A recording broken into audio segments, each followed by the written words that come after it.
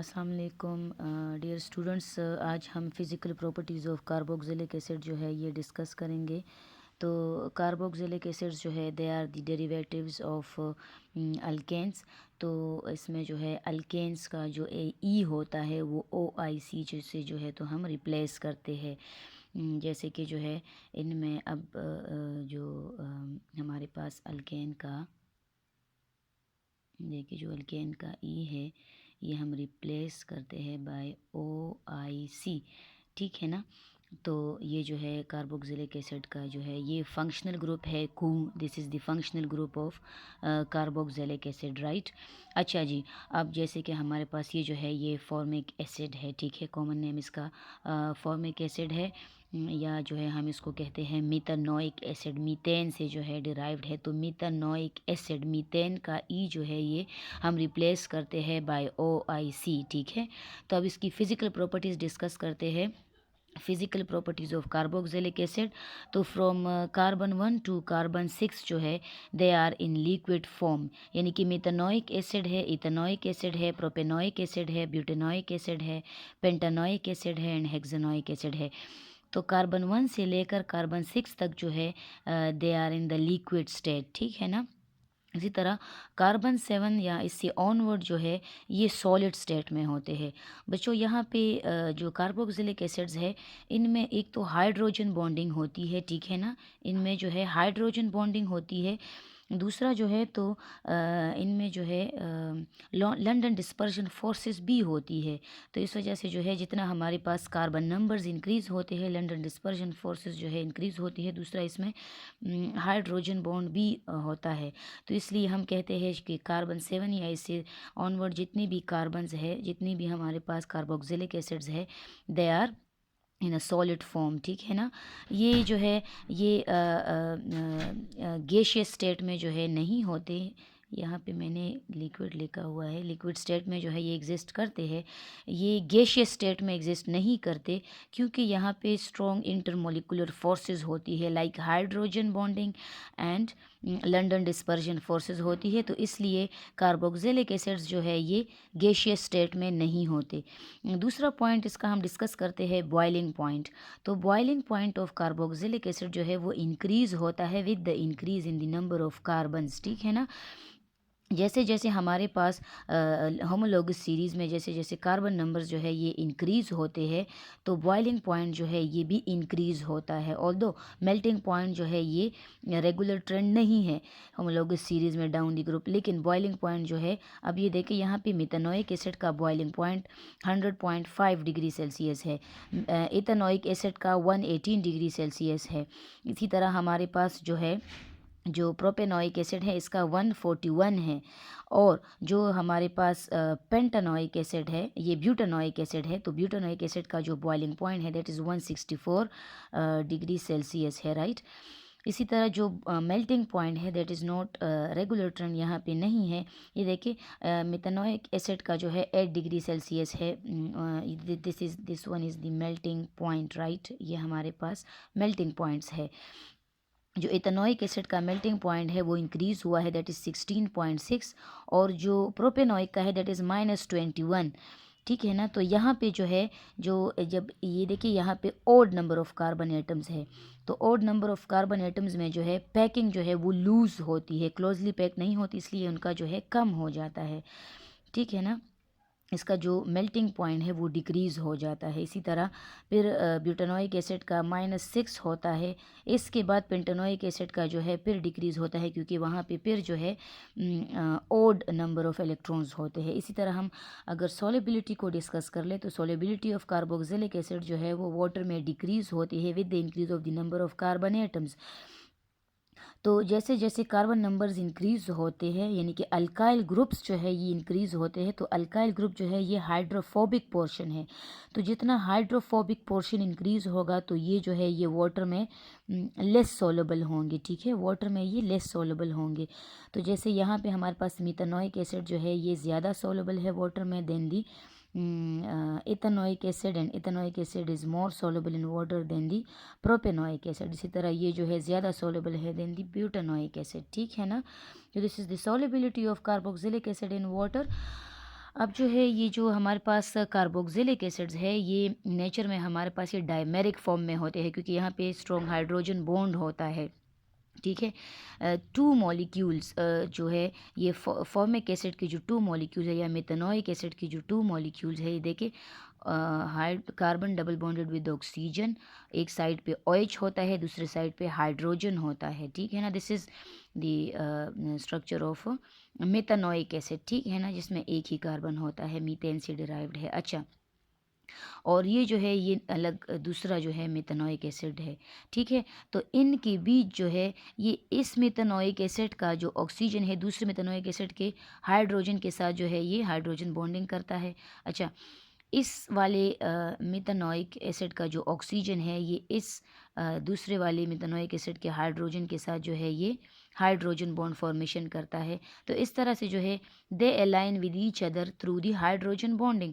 और यहाँ पे जो हमारे पास कार्बोक्सिलिक एसिड्स है ये जो है डायमेरिक फॉर्म में होते हैं और रूम टेम्परेचर पे ये सॉलिड स्टेट में होते हैं due to the hydrogen bonding, जो है नेचर में डायमेरिक फॉर्म में होते हैं। और ये जो पॉइंट है that is due to the hydrogen bonding, ठीक है। जैसे हमारे पास मीथेन डाइक एसिड होता है, प्रोपेन डाइक एसिड, ये डायमेरिक फॉर्म में होता है, ठीक है।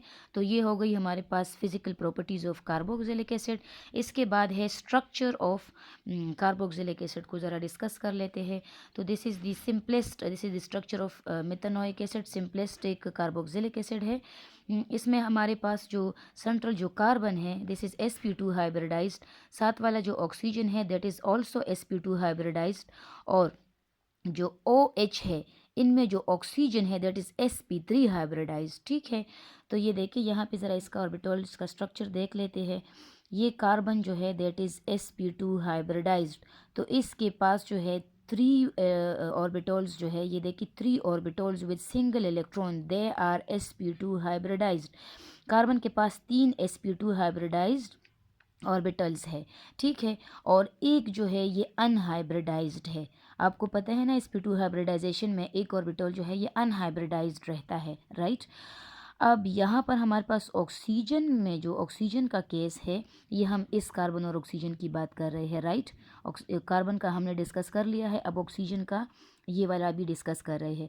तो ऑक्सीजन में यहाँ पे हमारे पास 3 ऑर्बिटल्स जो है ये हाइब्रिडाइज्ड है और एक जो है ये अनहाइब्रिडाइज्ड है, राइट। ये एक जो है ये अनहाइब्रिडाइज्ड है। यहाँ पे ये सिंगल इलेक्ट्रॉन है, ये यहाँ पे मैंने ड्रॉ किया हुआ है, ठीक है। यहाँ पर आपके पास एक हाइब्रिड ऑर्बिटल में एक सिंगल इलेक्ट्रॉन है और 2 हाइब्रिड ऑर्बिटल्स में जो है, ठीक है, ये sp2 हाइब्रिडाइज्ड ऑक्सीजन है। ये जो 2 ऑर्बिटल्स है ये sp2 एंड sp2 हाइब्रिडाइज्ड है, ये भी sp2 हाइब्रिडाइज्ड है। ये जो है ये वो 2 लोन पेयर्स के तौर पे जो है ये यहाँ पे एज अ लोन पेयर जो है ये एग्जिस्ट करते हैं, राइट।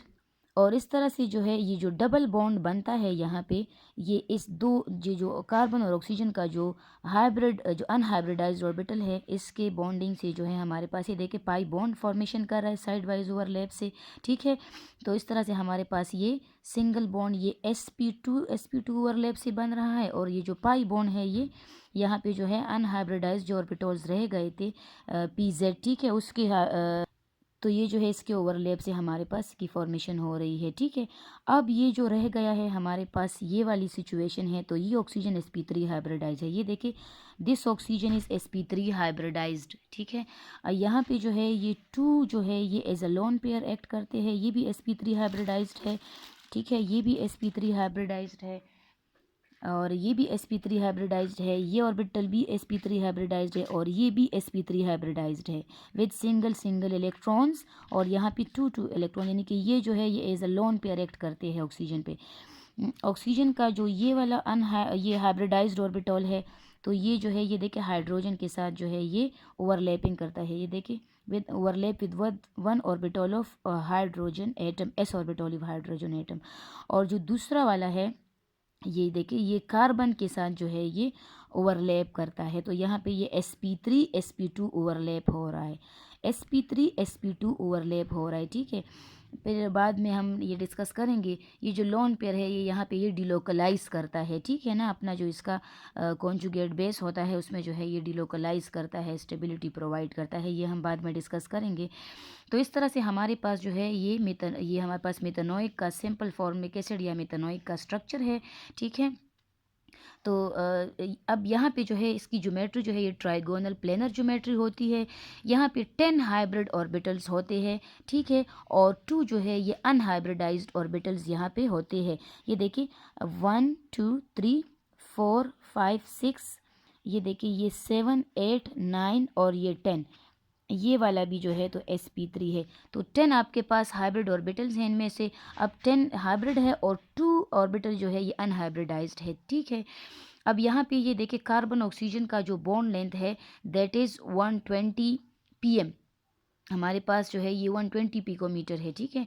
ये ज़्यादा स्ट्रेंथन बॉन्ड है, चाहे जो कार्बन ऑक्सीजन का बॉन्ड है ये ज़्यादा स्ट्रेंथन बॉन्ड है। तो जब ज़्यादा स्ट्रेंथ होगा तो इसका जो बॉन्ड लेंथ होगा वो कम होगा, और ये वाला जो है ये ज़्यादा स्ट्रेंथन है, और ये जो कार्बन ऑक्सीजन का ये वाला बॉन्ड है इसका जो बॉन्ड लेंथ है दैट इज़ 134 पिकोमीटर, ठीक है ना, ये थोड़ा सा इससे जो है कम स्ट्रेंथ है। अच्छा, अब एज अ रिजल्ट अब यहाँ पे देखिए जो ऑक्सीजन कार्बन ऑक्सीजन इसकी बीच जो बॉन्ड एंगल है दैट इज़ 125, ठीक है। ये 125 ज़्यादा है ना, तो ये इसलिए ज़्यादा है क्योंकि यहाँ पे भी ऑक्सीजन के 2 लोन पेयर है और इधर भी ऑक्सीजन के 2 लोन पेयर्स है। तो ये लोन पेयर की रिपल्जन की वजह से यहाँ पे जो है ये एंगल इंक्रीज होता है। इधर भी इधर जो है ये कार्बन हाइड्रोजन कार्बन और ऑक्सीजन यहाँ का जो बॉन्ड एंगल है दैट इज़ 124 डिग्री, ठीक है। और ये वाला जो बॉन्ड एंगल है हाइड्रोजन कार्बन ऑक्सीजन तो ये 111 डिग्री है, ठीक है। तो ये है हमारे पास कार्बोक्सिलिक एसिड का स्ट्रक्चर है। अब जो है कार्बोक्सिलिक एसिड की हम जो है एसिडिटी को डिस्कस कर लेते हैं कि जो है कार्बोक्सिलिक एसिड जो है ये एसिडिक है। तो कैसे जो है तो ये हम इसको डिस्कस करेंगे। अब देखते हैं, ये देखें एसिडिटी ऑफ कार्बोक्सिलिक एसिड जो है ये डिपेंड करती है नंबर ऑफ कार्बन एटम्स पे डिपेंड करती है, और डिपेंड करती है the number of electronegative atom attached with the alpha carbon, और depend on the nature of the electronegative atom attached on the alpha carbon. यानी कि एक तो जो है एसिडिटी जो है वो डिपेंड करती है कि कितने कार्बन नंबर्स जो है ये अटैच्ड है, ठीक है। अच्छा, दूसरा जो है ये डिपेंड करती है कि कितने जो है इलेक्ट्रोनेगेटिव एटम्स कितने जो है अल्फा कार्बन पे अटैच है, या नेचर ऑफ इलेक्ट्रोनेगेटिव एटम कितना जो है एक एटम इलेक्ट्रोनेगेटिव है, कितने एक्सटेंट तक जो है वो इलेक्ट्रोनेगेटिव है। तो इस पे भी जो है ये एसिडिटी जो है डिपेंड करती है। अब ये 1 बाय 1 हम इसको डिस्कस करते हैं, ठीक है, डिटेल में। ये देखें as the number of carbon increases, जितना जितना हमारे पास कार्बन एटम्स के नंबर इंक्रीज होगा the acidity of carboxylic acid will be decrease, ठीक है। जितने कार्बन नंबर्स इंक्रीज होंगे तो कार्बोक्सिलिक एसिड की जो एसिडिटी होगी वो डिक्रीज होगी, ठीक है। तो ये देखिए ये हमारे पास इसका जो pKa वैल्यू है that is inversely proportional to acidity, we know it, ठीक है। ये देखिए मेथनोइक एसिड की जो एसिडिटी है ये देखिए ये pKa वैल्यू इसकी 3.75 है, ठीक है ना। इसकी वैल्यू जो है ये pKa वैल्यू जो है ये कम है, तो मतलब कि pKa वैल्यू कम है तो ज़्यादा एसिडिक है। इथेनोइक एसिड में 2 कार्बन एटम्स है, यहाँ पे 1 कार्बन एटम है, इधर 2 कार्बन एटम्स है, तो यहाँ पे 2 कार्बन एटम्स है। देखिए pKa वैल्यू जो है ये ज़्यादा हो गई है, तो मीन्स एसिडिटी जो है वो कम हो गई है।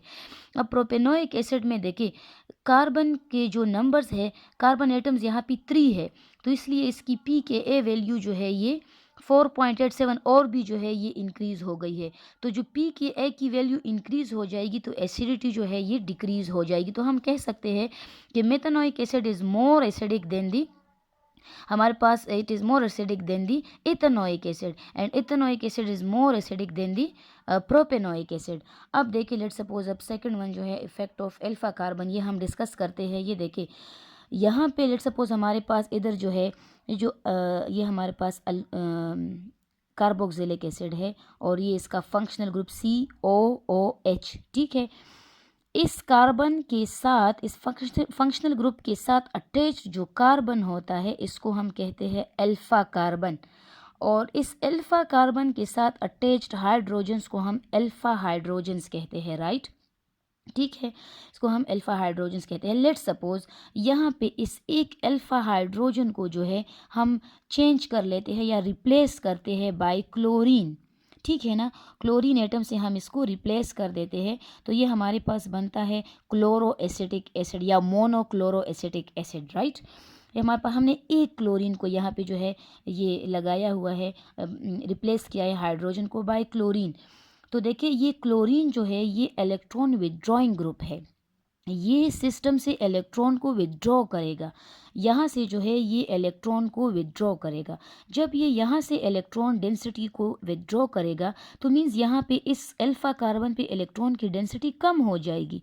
तो ये जो कार्बन एटम है, ये जो अल्फ़ा कार्बन है, ये साथ वाले इस कार्बन से जो है ये इलेक्ट्रॉन्स अपनी तरफ जो है विदड्रॉ करेगा, और इस तरह से ये कार्बन जो है ये इस ऑक्सीजन से इलेक्ट्रॉन अपनी तरफ जो है ये विदड्रॉ करेगा।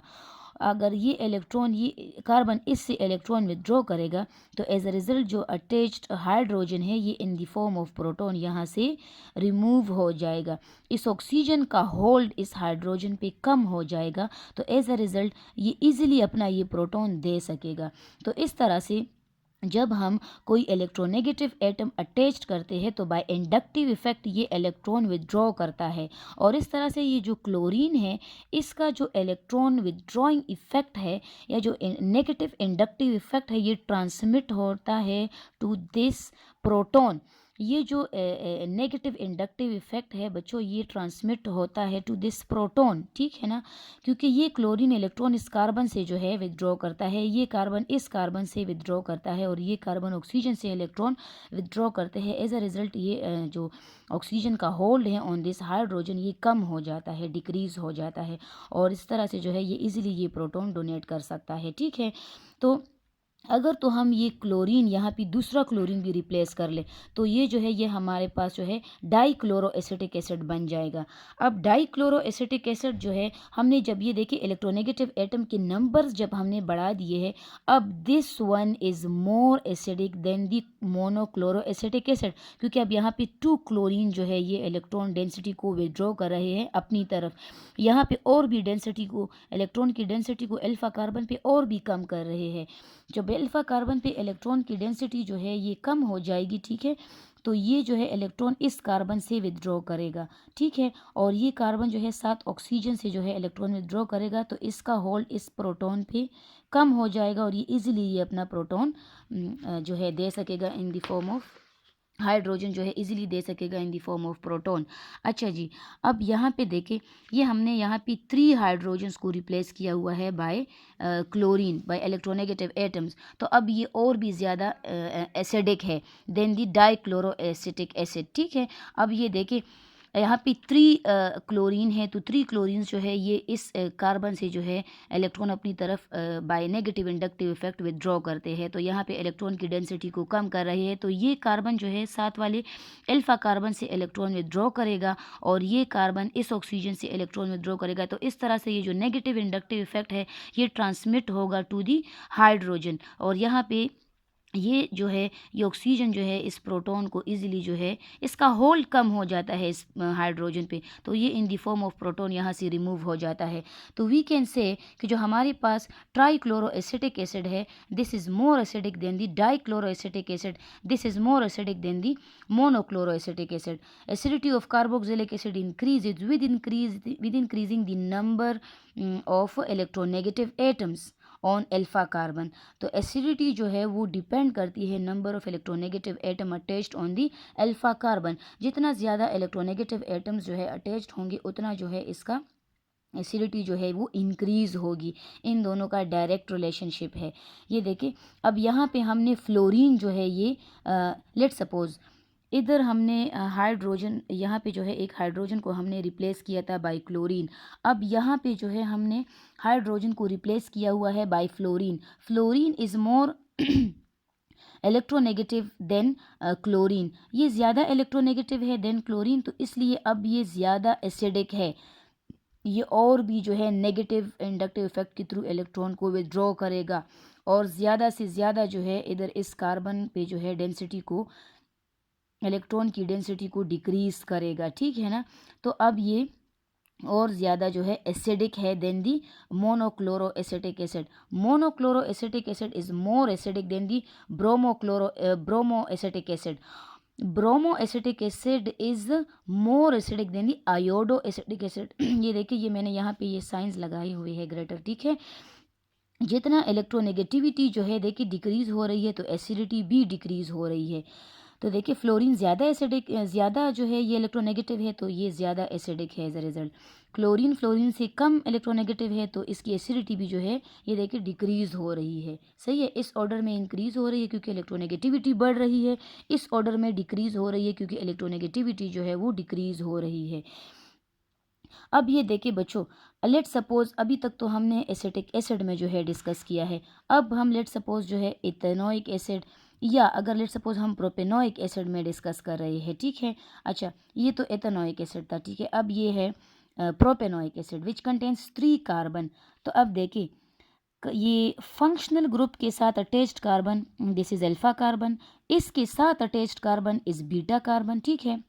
लेट सपोज हम जो है बीटा हाइड्रोजन को रिप्लेस करते हैं by fluorine by more electronegative atom, ठीक है। तो ये देखिए बीटा कार्बन जो है अब जो है ये फ्लोरीन बीटा कार्बन से इलेक्ट्रॉन जो है अपनी तरफ विड्रॉ करेगा, बीटा कार्बन अल्फा से अपने लिए इलेक्ट्रॉन विड्रॉ करेगा, अल्फा फिर साथ वाले कार्बन से जो हमारे पास फंक्शनल ग्रुप वाला कार्बन है इससे इलेक्ट्रॉन विड्रॉ करेगा, और ये कार्बन ऑक्सीजन से। तो जो है ये अब देखिए ये जो इलेक्ट्रोनेगेटिव एटम है ये काफ़ी दूर है इस कार्बन से, इस ऑक्सीजन से काफ़ी जो है ये दूर है, फंक्शनल ग्रुप से काफ़ी डिस्टेंस पे है, ठीक है ना।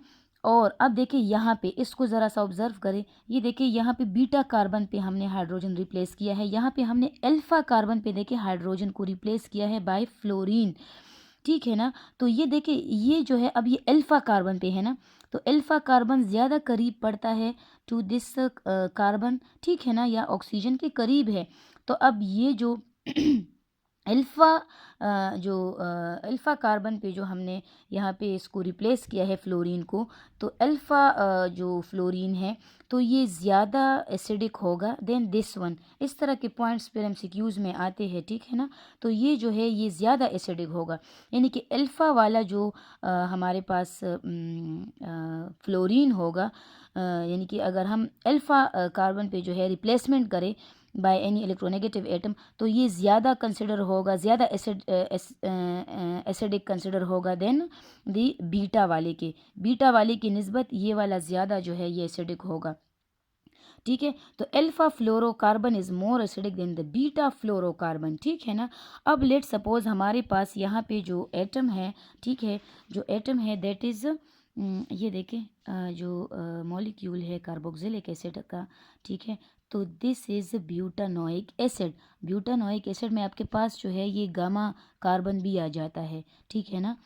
एक तो हमारे पास अल्फ़ा कार्बन है जो फंक्शनल ग्रुप के साथ अटैच्ड कार्बन है दैट इज़ अल्फ़ा, अल्फ़ा के साथ कार्बन बीटा, बीटा के साथ वाला गामा, ठीक है ना। तो अब देखिए यहाँ पे इस केस में हमने गामा पे जो है ये रिप्लेसमेंट की हुई है, ठीक है ना। यहाँ पे हमने गामा पे रिप्लेसमेंट की हुई है, अब इधर हमने बीटा पे रिप्लेसमेंट की हुई है, इधर हमने ये अल्फ़ा पे रिप्लेसमेंट की हुई है।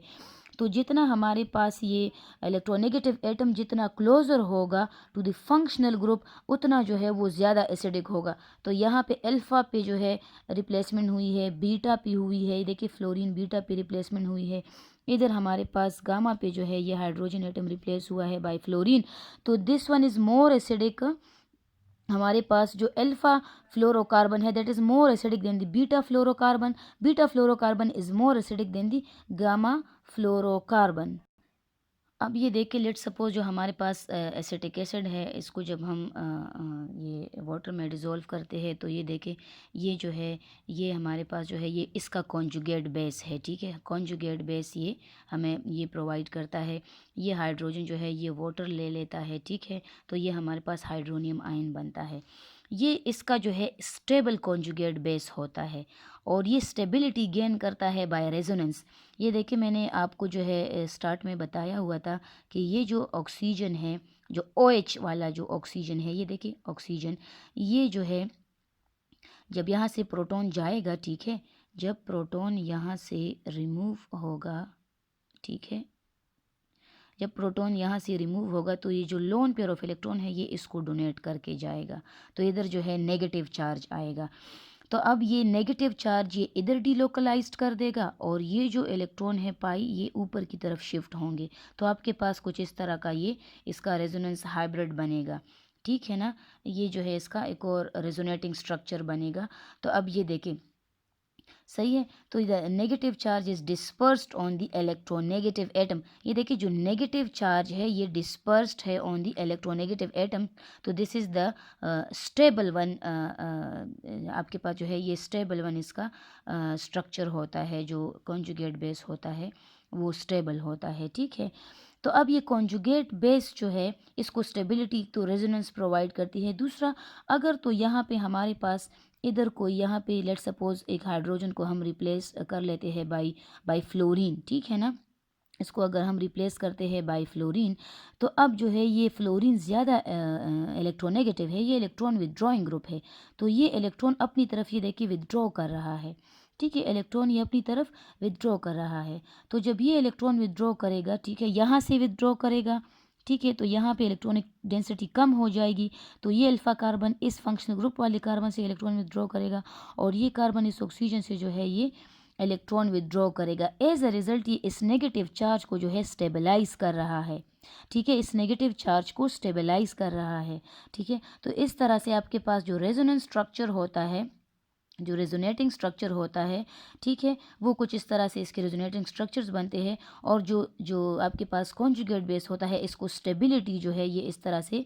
प्रोवाइड होती है। एक तो बाय रेजोनेंस स्टेबिलिटी प्रोवाइड होती है, दूसरा अगर हमारे पास कोई इलेक्ट्रोनेगेटिव एटम होगा तो ये इलेक्ट्रोनेगेटिव एटम जो है ये इस कॉन्जुगेट बेस को जो है स्टेबिलिटी प्रोवाइड करेगा। तो ये देखिए एफ यानी कि fluorine provide stability to the conjugate base, ठीक है।